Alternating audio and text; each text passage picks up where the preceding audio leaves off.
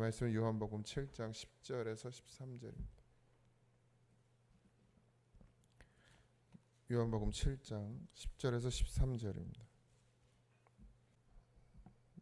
다 같이 요한복음 7장 10절에서 13절 합독합니다. 그 형제들이 명절에 올라간 후에 자기도 올라가시되 나타내지 않고 은밀히 가시니라. 명절 중에 유대인들이 예수를 찾으면 그가 어디 있느냐 하고 예수에 대하여 무리 중에서 수군거림이 많아 어떤 사람은 좋은 사람이라 하며 어떤 사람은 아니라 무리를 미혹한다 하나 그러나 유대인들은 두려워하므로 드러나게 그에 대하여 말하는 자가 없더라. 아멘. 이 초막절 명절에 예수님께서 예루살렘으로 올라가시는 장면인데, 명절이 되면 예루살렘에는 수많은 사람들이 모이게 됩니다. 많은 사람이 모여 있는 것에 예수님이 가는 것을 별로 좋아하진 않으셨던 것 같아요. 관심이나 시선이 집중되고 말이 많아지고, 그래서 은밀히 올라가셨죠.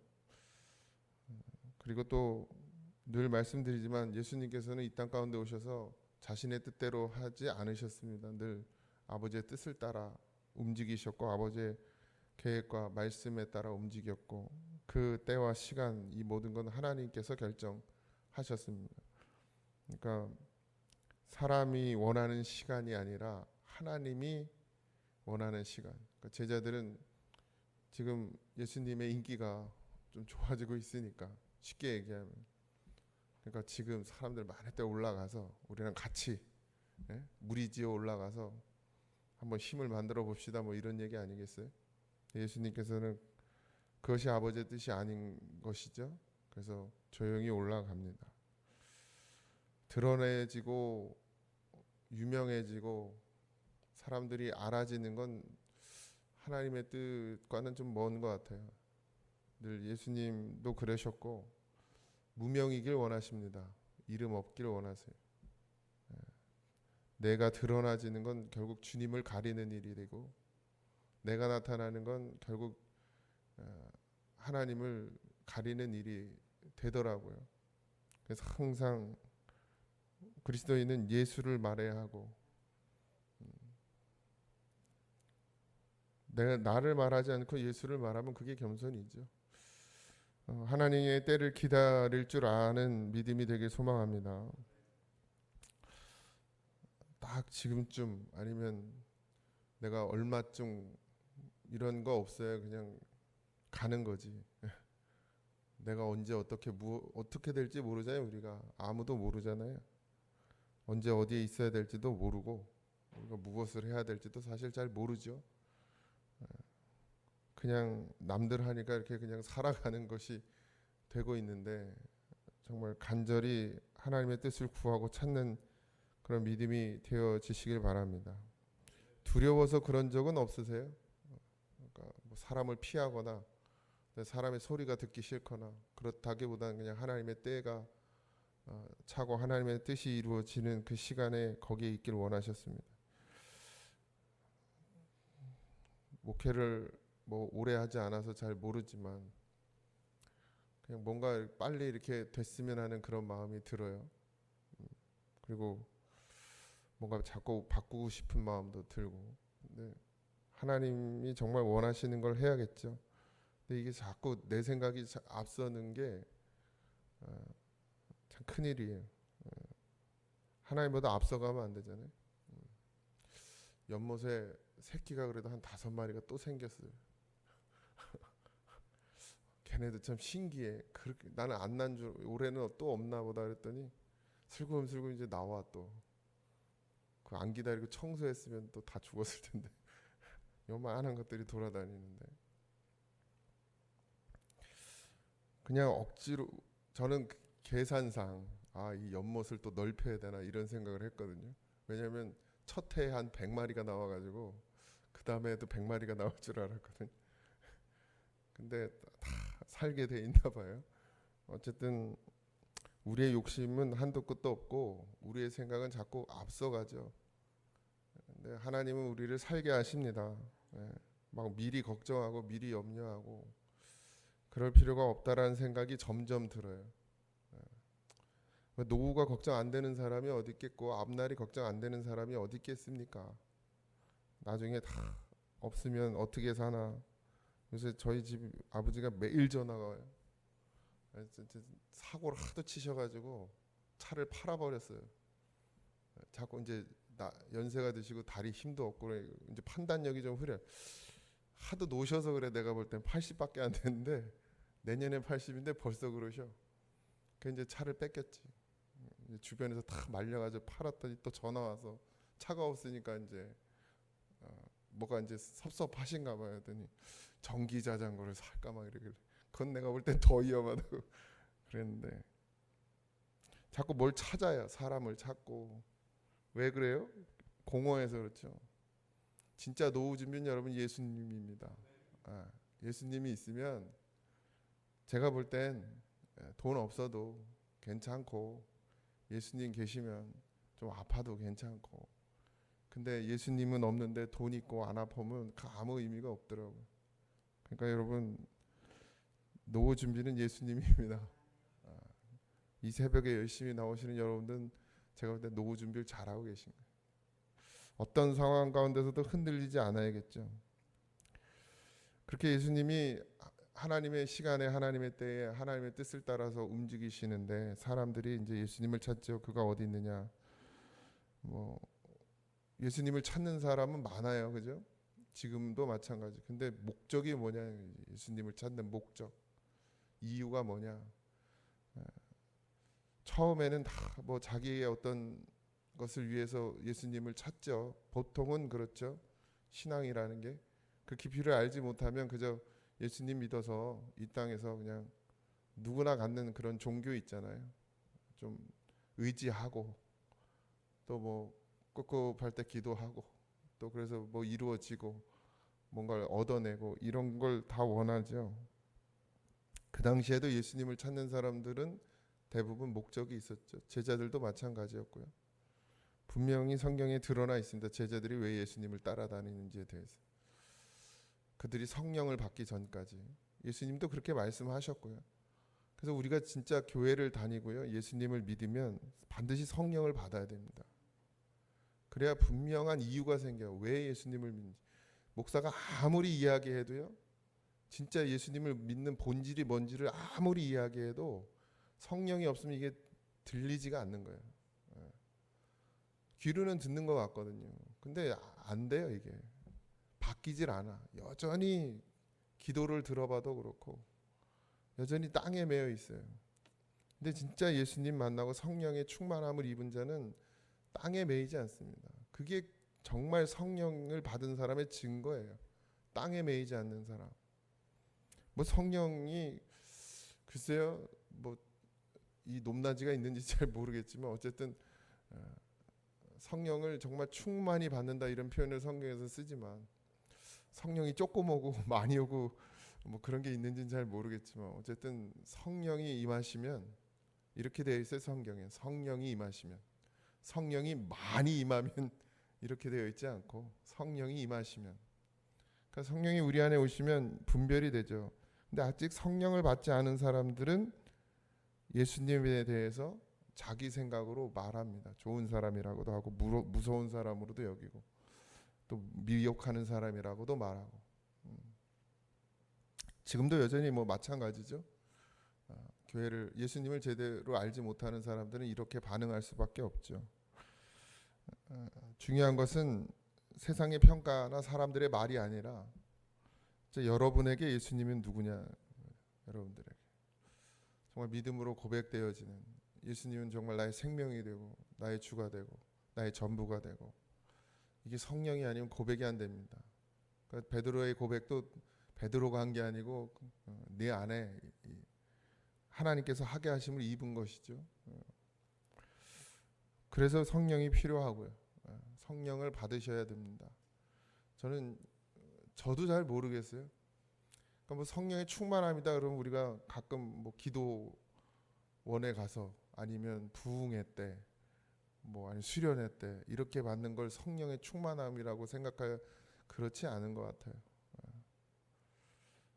그 성령의 충만함이 시끄러운 것만이 성령의 충만함은 아니, 요란한 것만이, 잔잔한데 흔들리지 않는 것, 어떤 상황 가운데서도 요동하지 않는 것, 오직 주님만 바라보는 것, 내 삶의 모든 내가 바라보는 그 시선이 다 바뀌어 버리는 것. 그 가장 결정적인 증거는 뭐예요? 원수를 사랑하는 것. 내가 도무지 사랑할 수 없는 사람을 사랑하게 되는 것. 전 그게 성령의 충만함이 아닌가라는 생각이 듭니다. 아직도 여전히 우리가 서로 미워하는 마음들이 있죠. 누군가를. 여러분 빨리 거기서 벗어나셔야 됩니다. 그리고 인정할 줄 모르는 마음도 큰일이에요. 자기의 죄를 인정하지 못하는 것. 원래 인간이 그렇잖아요. 자기의 허물을, 자기의 죄를 인정하는 게 쉽지 않죠. 근데 하나님 앞에서는 반드시 엎드리십시오. 그래야 주님의 은혜가 여러분께 임할 줄 믿습니다. 예수에 대해서 말하고 또 두려워하여 드러내지 못하는 사람도 있었습니다. 믿음을 반드시 고백하십시오, 여러분. 어떤 상황에서도 예수님으로 충분하다라는 것이 고백되어져야 됩니다. 그러니까 우리가 뭐 사람 때문만이 아니죠. 모든 상황 가운데 어떤 상황이 몰려온다 할지라도 예수님을 주로 고백하는 믿음이 되어지시기 바랍니다. 절대 배신하지 마세요. 예수님은 내가 어려운 상황에 놓였다고 해서 예수 믿어도 다 소용없다 이런 마음이 들지 않도록 깨어서 기도하십시오. 내가 바라고 원하는 대로 되지 않는다고 해서 예수님을 원망하는 그런 상황에 놓이시면 안 됩니다. 늘 하나님은 선하세요. 하나님이 진리시고 변함이 없으십니다. 늘 변하는 건 우리죠.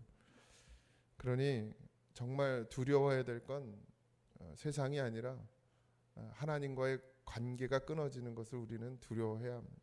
그래서 그걸 위해서 늘 기도해야 하고, 오늘도 그래서 하나님 앞에 나왔죠. 단절되는 것만큼 얻은 게 없어요. 저희 지금 차단기 하나, 아니 가로등 하나가 문제가 생겨서 자꾸 차단기가 떨어져요. 떨어지면 깜깜해. 차단기가 뭐예요? 단절이에요. 단절. 공급이 안 되니까 어두워지잖아요. 우리가 하나님하고 관계가 단절되면 어두워져요. 어두워져. 근데 그걸 못 느끼는 게 문제지. 되게 무서운 건 단절되는 것만이 무서운 게 아니라 단절된 후에 이제 더 이상 그 단절됨을 모르는 게 문제예요. 하나님과의 관계가 끊어졌음에도 불구하고 그 끊어진 줄도 모르고 살아가는 거예요. 왜? 내 행위는 믿음의 행위처럼 보이거든요. 그러니까 교회를 다니고 있죠. 헌금도 하고 있죠. 그러니까 나는 믿음이 있다고 생각하는데 삶은 전혀 그렇지 않아요. 그냥 종교 생활을 하면 안 돼요, 여러분. 많은 젊은 사람들이 종교 생활하거든요. 교회를 도대체 왜 저럴까 싶을 정도로 나 안타까워요. 진짜 믿음으로 와서 예배 드려야 하는데 왜 나오는지 모르고서 차라리 애들 데리고 놀러 다니지. 그런 생각이 들 정도로 좀 안타까울 때가 있어요. 정말 믿음이어야 합니다, 여러분. 이게 생명으로 여겨지지 않으면 큰일이에요. 그런데 그렇게 어둠에 있으면서도 어둠에 있는 줄 모르게 만드는 게 사단의 역사입니다. 다 교회에 와 있어요. 다 주일날. 우리 교회뿐만 아니라 모든 교회가 마찬가지. 진짜 믿음, 정말 이상한 사람들, 이상한 신앙인들이 많아요. 그렇게 왜 미워하고 괴롭히고 못 잡아봐서 안달이 교회에서 성도를 막 목사를 그러는지 모르겠어요. 우리 교회 얘기가 아니니까 걱정하지 마세요. 왜 그런지 모르겠어요. 그 왜 교회를 다니는 거예요 도대체? 예수님 자기는 주님을 위해서 십자가에 죽을 수는 있다는데 뭐 조금 밥을 먹자고 돈을 걷었더니 자기는 그건 못 내겠대. 교회에서 예수님을 위해서 죽을 수는 있는데 그건 못 내겠대. 말이 됩니까? 분란을 일으키고, 물론 좋게 얘기할 수 있잖아요. 싸워. 근데 그걸 가지고 그러면서 자기는 예수님을 위해서 죽을 수는 있대. 그게 진짜 믿음인지 잘 모르겠지만 별것도 아닌 걸 가지고 분쟁하고 다투고 싸우면서 자기는 예수를 믿는다는 거예요. 여러분 이게 지금 교회의 현실이에요. 삶이 없는 신앙은 신앙이 아닙니다. 종교생활이지. 자기 믿음으로 하나님 나라 가는 게 아니에요. 자기 믿음으로. 확실한 믿음은 그런 걸로 가는 게 아닙니다. 진짜 삶으로 드러나지지 않는 신앙의 고백은 아무 의미가 없는 거예요. 물론 실수하죠. 우리가 넘어지기도 하고 잘못을 저지릅니다. 근데 돌이키고 회개할 수 있는 기회를 얻잖아요. 그게 없는 거예요. 계속 그렇게 가는 거지. 그게 문제라는 겁니다. 그 한순간만을 말하는 게 아니라 변하지 않고 그냥 자기의 어떤 그 악함을 계속 주장해 나가는 것. 그래서 자기는 옳다고 말하는 것. 나 옳다고 하는 사람 중에 옳은 사람 없어요. 여러분. 내가 옳다고 주장할 사람, 진짜 예수님의 사람이면 내가 옳다고 주장하지 않죠. 그냥 입을 다물지. 오늘 하루도 내가 드러나지 말고 주님이 드러나는 하루가 되길 소망합니다. 정말 예수로 사는 게 뭘까 늘 고민해요. 뭐 아는 것 같은데 또 살다 보면 진짜 나 예수로 살고 있나 이런 생각이 또 들기도 하고, 그럼에도 불구하고 또 오늘도 간절히 바라는 것은 정말 예수로 살기를 원하는 거죠. 뭐 정 안 되면 주님이라도 열심히 불러보죠. 뭐. 그러면 성령이 우리 안에서 역사하시겠지. 우리를 긍휼히 여기셔 주시니까요. 오늘도 그런 하나님의 은혜를 구하시고 예수님처럼 뭐 잘 모르지만 우리가 하나님의 때, 하나님의 뜻 잘 분별할 수 없지만 오늘도 기도하고 오늘 하루를 하나님의 때, 하나님의 뜻을 따라 움직이며 살게 해달라고 그렇게 기도하는 우리가 되길 소망합니다. 또 교회 아프고 힘든 지체들 위해서도 같이 기도해 주시고, 그래서 하나님의 은혜가 우리 모두에게 골고루 부어지는 은혜가 있길 간절히 소망합니다. 기도하겠습니다. 하나님, 은혜와 사랑을 감사합니다.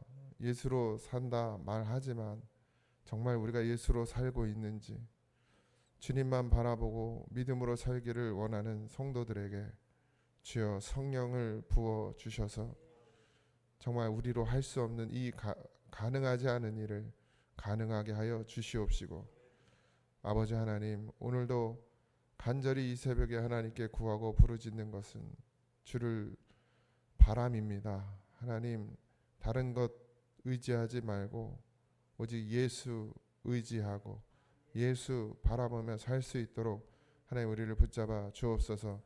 믿음이면 믿음으로 드러나야 되는 줄 믿습니다.